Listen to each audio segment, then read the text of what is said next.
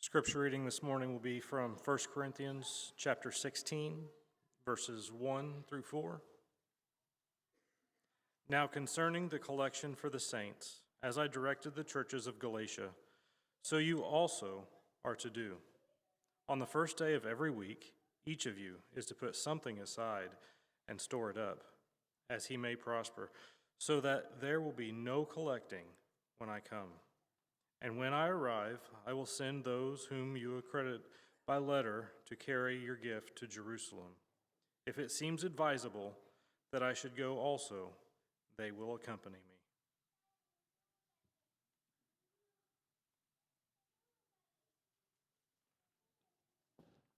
Good morning.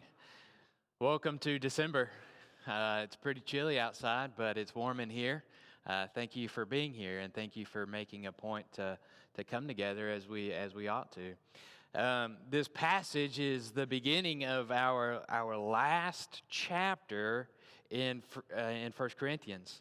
We started in January, and now we have officially moved all the way through the book. I don't know about you, but to me, and I've been, back there, but to me, it's been a good study, and I've thoroughly enjoyed it, and I hope you have as well. But if you remember, as we've hit several different times in 1 Corinthians, Paul begins several different sections with this statement, now concerning. And that's what he does here as we look at verse 1 of chapter 16. And each of those times he switches his thought to a different topic. And now what he's addressing is a collection or a gathering of money. And obviously this is something that is on Paul's mind and he wants to address to the church here at Corinth. And that's what we are talking about here, this giving that we are going to participate in every first day of the week. Now, there's several implications as we look at this particular text, but, in general, there's principles here that we can definitely take and apply to our Christian life and to our assembling together. And first, let's look at this, and we're going to begin in verse 2, but we understand that our giving is planned, all right? Our giving as we contribute to God, and let's be clear, we're not giving to the elders, we're not giving to the preacher, we're not giving to the deacons, and we're not giving to the building. We are giving to God, all right? So that the elders as our leaders can decide how to use the money that we give for the purpose of God. So let's set that aside, because our contribution, it's not to any person or anything per se. It's to God and for God's purposes and God's to fulfill His intentions. So let's set that aside. So first of all, it's planned, and our giving ought to be planned, and that's what we see here in verse 2. All right, so read this with me. On the first day of every week, each one of you is to put something aside and store it up as he may prosper, so that there will be no collecting when I come. It's you catch that? It's planned. On the first day of every week, each one of you is to put something aside and store it up as he may prosper. When are you supposed to do it? For me, I'm looking at this and I'm thinking several different things. First of all, that it's supposed to happen on the first day of the week, right? Well, naturally, we see in other passages, such as Acts chapter 20 and verse 7, that they met, right? That they met on the first day of the week. So one implication that you can arrive is that the first century church, and if you want to be like the first century church, do what they do and meet on the first day of the week. Again, you go back to Acts, right? And they met together. Right? So the first thing that you see is that it was implied, and it seems like a natural fact and assumption that you're going to come together on the first day of the week. So that when you come together on the first day of the week, this is what I want you to do. So another implication is that you need to be prepared, right? So that when you meet and when you come together, we're not coming together for the purpose of giving my money. And all right, let the preacher go on a rant here for a little bit. This was a big thing during COVID, all right? Be like, well, I'm not coming, and I'm not there, but don't worry, I'm still sending my money. I could care less about your money, right? I mean, I'm not worried about your money. That's between you and God. I'm worried about you being there, and I'm more worried about your soul, right? It's priorities. But be prepared, right? When they came together, they were prepared. On the first day of every week, each one of you is to put something aside and store it up as he may prosper, so that there will be no collecting when I come. They were prepared to give. When they assembled together, it's not something that was ad hoc. Okay, it's not something that's like, oh, you know what? We forgot, what do you have in your wallet? No. We're thinking about this so that when you come together on the first day of every week, when you come together, you need to be prepared to give. So it needs to be a focus and a priority as you do other things throughout the week. You need to be thinking about this as you do those. Does that make sense? Be prepared so that when you get there and when you arrive, that you are prepared for this occasion. Another thing, another implication here as you read verse 2 is that it was a continuous thing, right? Paul doesn't give a definite plan as to when he's going to come and when he will arrive. In verse 3 it says, and when I arrive, or perhaps better translated, whenever I arrive, even more indefinite pronoun there. So the implication is that you do this, and that when I come, I'm going to take this money and we're going to go to Jerusalem, or whoever is with me, whoever you appoint, will go to Jerusalem, or at least send them. But it's a continuous thing. So for us, if we think about this for ourselves, and our goal, my goal, and hopefully our goal across the board is to be exactly like the first century church, right? I don't want to be a denomination. I don't want to be anything but the church that Jesus established. I want to follow exactly the plan that he has laid out for us. So if I want to be like that, then I need to do the things that they did. So the application from the implication is that we need to meet together, right? It is inferred that it's assumed that they're going to meet together on the first day of every week. So guess what? Guess where I'm going to be on the first day of every week? I'm going to be with my brothers and sisters in Christ. And I'm going to be prepared to give. I'm going to, throughout the week or month or year, whenever this is planned out for you, I'm going to make sure that my money is set aside for God. It's about being prepared. It's not an ad hoc thing that, how much do you have in your wallet? Well, we'll give that, and that's all we can do. No, it's something that is thought about long before you ever get here. And it's also, if we're going to continue to meet as they did, if we're going to be prepared to give, we're going to continue to give, just like they did. There's always a need. And we're not giving, like I said, we're not giving for the elders, or certainly not the preacher or deacons or anything. It's about God.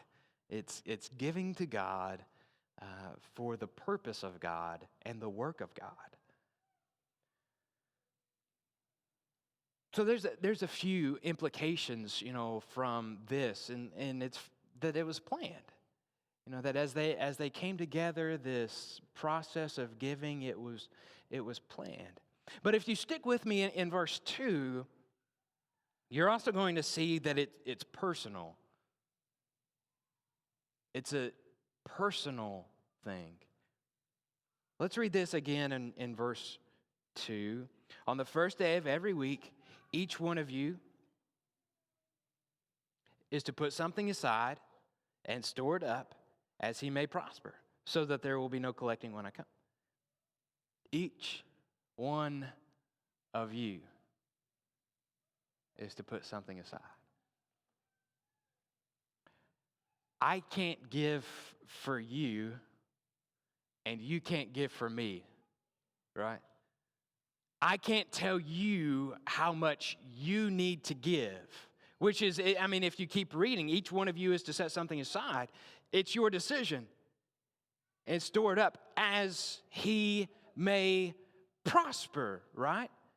So it's yours to make your decision with. And it's not something that the church can say or the elders can make a declaration that you need to give, 10% of everything that you make. That's not the way that it is. And there are going to be many denominations out there that are going to say, before you place membership here, give us your annual income. And from that annual income, we are asking that you give us 10% of everything that you make. It needs to come to this church. And if you don't show up, we'll send you a letter and remind you that you owe us this amount of money. No. It's 100% without a doubt. It's yours to do with as you please. Each one of you is to put something aside. I can't raid your coffee can, and you can't raid my coffee can to determine how much I need to give or to determine how much you need to give. It's yours to make your own decision. But it's interesting because he elaborates here a little bit, and he says, as you may prosper. Right? So there's going to come times in life when we may flourish financially, when we may just be overwhelmed financially with the blessings of God. Guess what? If I'm reading this right, if God is blessing you financially, what is your responsibility? To bless God subsequently, right? So God gives us this money so that we may prosper, and look, we give it back to God. Don't think I'm too far off here. But on the flip side of that, there may be times in life, and certainly we are coming out of one of those times when times get a little bit lean, right? And we might not have as much leeway, if you will allow me, and we might not be as prosperous. Guess what? That's okay. As he may prosper, right? It is your decision to make your choice as you choose. The church isn't going to make that decision for you. I'm not. The elders aren't. It's yours. But let me give some guidance. And I'm not, again, it's yours. Do what you want, whatever you feel like doing. But let me give you some guidance. In my favorite passage about giving, all right, I feel like I say it's my favorite passage every week.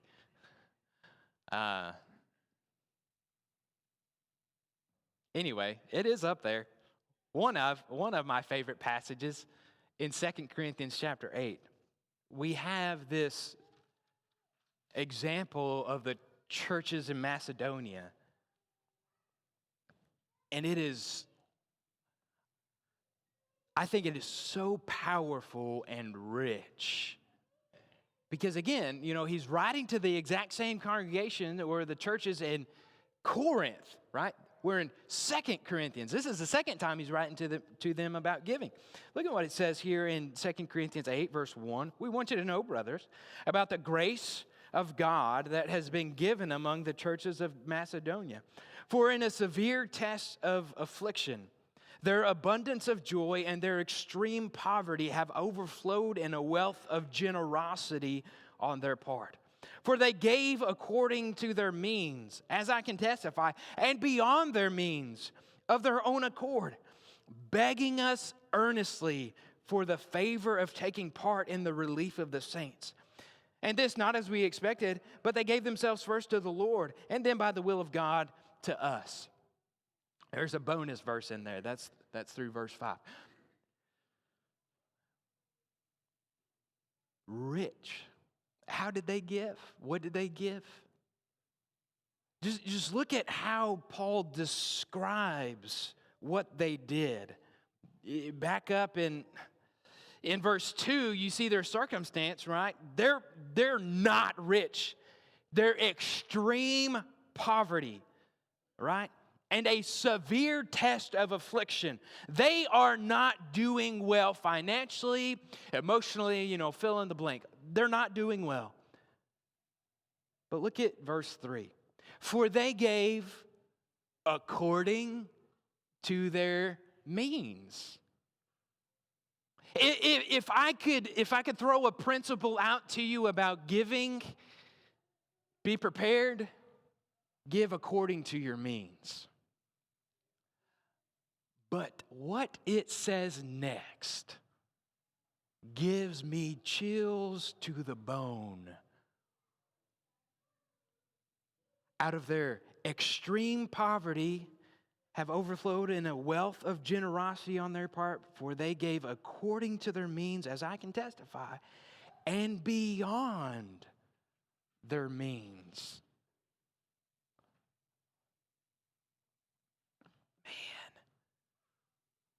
Here are people who they've got nothing, right? They're extreme poverty. And they are giving. You would never expect anyone in poverty to contribute at all. But they are in extreme poverty and they are giving beyond their means. You remember the story that Jesus tells? Or it's not a story. Jesus is watching people put money as they gathered at the temple. And he's watching this basket where they're putting their money. And all these rich people, they came in and they gave their money. You remember there's an old widow lady. And she put in I think the NIV says 2 pennies. 2 small copper coins. And Jesus turned to his disciples and said, she's given more than all of them. Because she gave beyond her means. Jesus said, of all that she has to live on, these people contributed, these people contributed out of their abundance, but not her. She gave beyond her means. You also keep reading. I mean, not only did they give according to their means and beyond their means, they gave, again, this is what we've been talking about, on their own accord. It's not under compulsion. It's not because you get a letter, and it's not because, well, this is something that we got to do. No. They gave because they wanted to, right? This severe test of affliction, it didn't hinder them. They gave according to their own means. And look at this in verse 4. How often has this happened in your life? For me, not very much.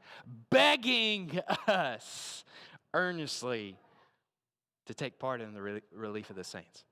They were begging. They were begging that they could give. But this is how. Again, I wanted to turn to this principle to gather some principles, or to this passage to gather principles about how we should give and what that might look like. And verse 5 is the key. This is why they gave according to their means and beyond their means on their own accord and begged that they could give. Because in verse 5 it says, and this not as we expected, but they gave themselves. You could stop there and you could put an exclamation point if you wanted to, because if we stopped right there, that would make all the difference in the world. They gave themselves.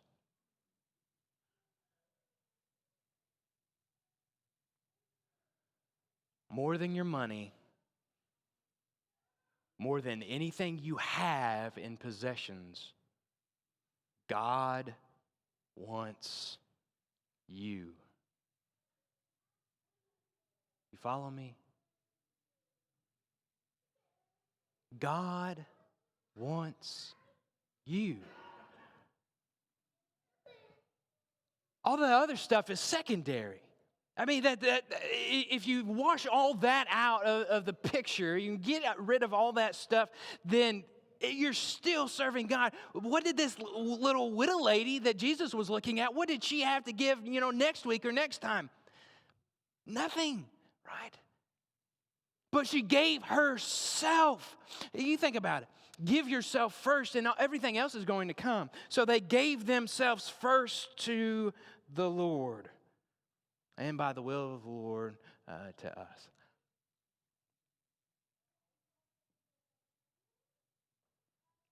There's your principle for giving. If you want to know how much you ought to give or what that ought to look like, I would suggest that you give yourself to God first. Give yourself wholly and completely to God, and then talk about your finances. Because when you give yourself wholly and completely to God, it takes control over everything, right? So when you think about, when you set up your budget or whatever you're doing, if God is the priority in your life, then guess what? God's going to be the priority in your budget. So when you set up your budget and when you go through our finances at the end of the year, at the beginning of the year, or whatever you do, how about you figure out, rather than going through your budget and saying, we need this for a house payment, we need this for a car payment, we need to have this for, eating out, we need to have this for, groceries. How about you start this way? What can we give to God? And now, how can we afford to live? How can we afford groceries? How can we afford this? Because if you start with this first, rather than giving God the leftovers of what you can have, what He can have afterwards, it's going to make all the difference in the world. Let's go back to this passage in chapter 16.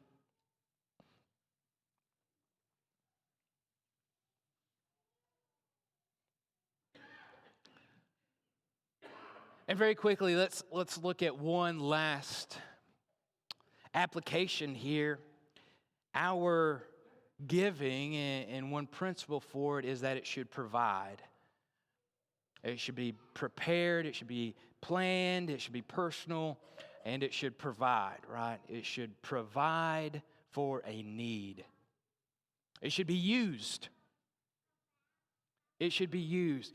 And look at verse 3. He says, so that there will be no collecting when I come, at the end of verse 2. And when I arrive, I will send those to whom you accredit by letter to carry your gift to Jerusalem. It's like, I don't want to keep it, right? I don't want to store it up and hoard all this money, but I am going to send it to the church at Jerusalem, who is perhaps very needy and was about to need a whole lot of help.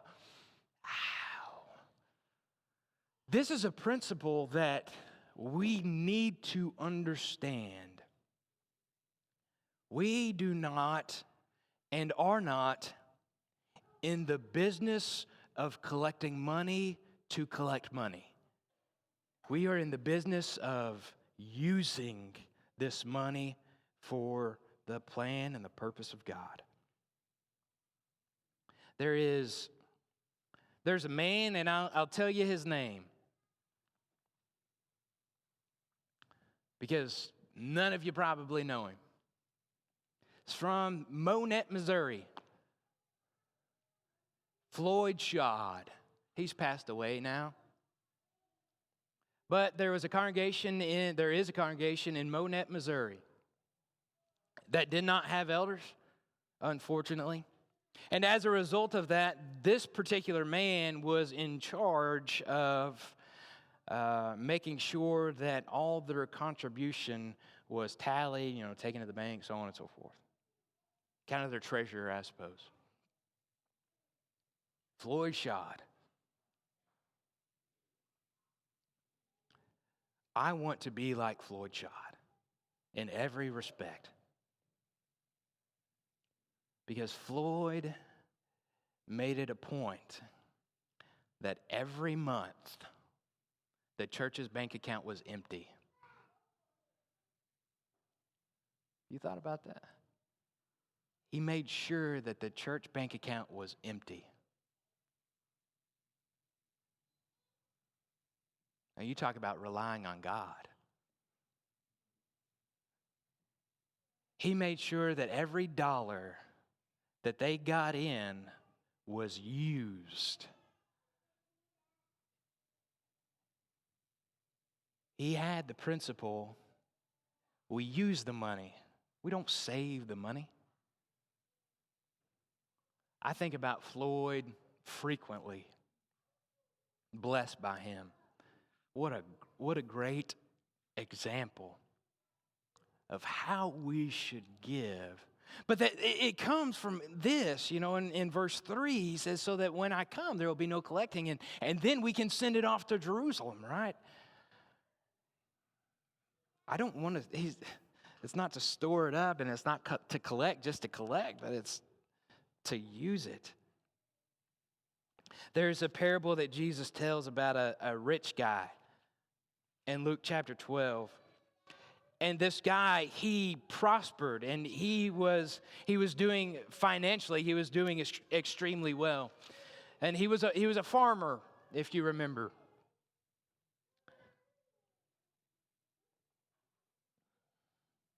And he tells this parable. The land of a rich man produced plentifully. And he thought to himself, what shall I do? For I have nowhere to store my crops. And he said, I will do this. I will tear down my barns and I will build larger ones. And there I will store all my grain and my goods. And I will say to my soul, so you have ample goods laid up for many years. Relax, eat, drink, and be merry. He was storing up this money, right? Storing up this financial prosperity. But God said to him, fool, this night your soul is required of you, and the things that you have prepared, whose will they be? And I want you to key in on verse 21. Look at what it says. So is the one who lays up treasure for himself and not rich toward God. Storing up treasure for yourself and not being rich towards God. You might be asking yourself, and rightfully so, John, I don't want to be rich towards myself, and I want to be rich towards God. I don't want to. How do I know if I am being rich towards myself, or if I'm storing up treasures in heaven?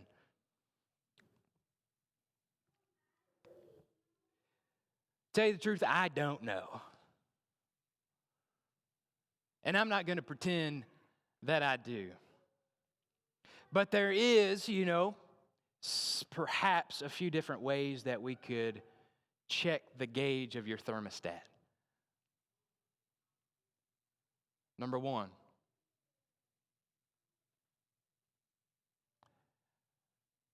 where do you spend most of your money?